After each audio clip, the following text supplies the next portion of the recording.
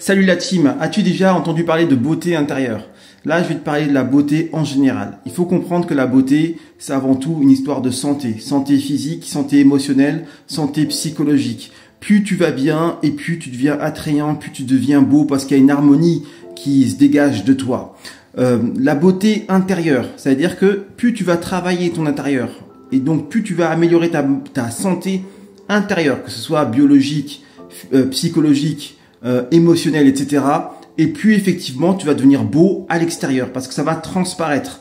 L'harmonie qu'il y aura à l'intérieur de toi va se voir à l'extérieur et ça va créer en fait un attrait chez les gens parce que les gens recherchent cette harmonie et donc s'ils la voient chez toi, ils auront envie aussi d'avoir un bout de cette harmonie, donc ils vont se rapprocher de toi pour pouvoir aussi être dans l'harmonie. Tu comprends? Donc tu deviens plus beau quand tu travailles sur toi. Si par exemple tu as des problèmes, que tu es en surpoids, que tu as une santé un peu qui n'est pas bonne, etc., et que tu améliores ta santé en changeant ton alimentation, en faisant du sport, en travaillant sur ton fort intérieur, tu vas devenir plus beau. Toutes les personnes que j'ai coachées sont devenues plus belles et plus beaux, à tel point que il y a des personnes carrément, grâce à moi, elles ont atteint leur prime. Ça veut dire qu'elles n'ont jamais été aussi belles ou aussi beaux que lorsque je les ai coachées de leur vie, d'accord? Donc je sais de quoi je parle.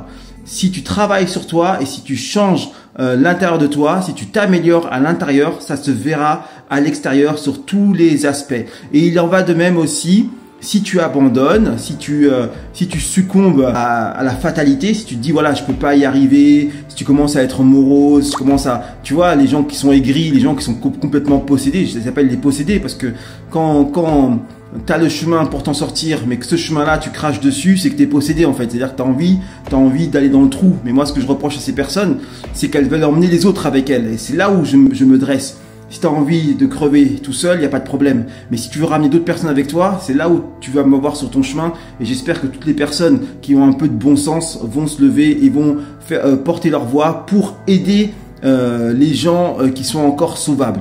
Donc, quand tu es foutu, quand tu te dis voilà, je m'en fous de tout, je veux plus perdre du poids, tu vas devenir moche parce que en toi ça se dégrade, tu perds l'espoir. L'espoir c'est la lumière c'est aussi la santé spirituelle, etc. Donc quand tu perds ça, tu deviens moche. Quand l'espoir naît en toi, quand l'espoir grandit en toi, quand tu travailles sur toi et tu fais des efforts, tu deviens plus beau. Ne l'oublie jamais. Et si je te disais que tu n'avais besoin que d'1h30 de sport par semaine pour afficher un ventre plat en moins de 2 mois?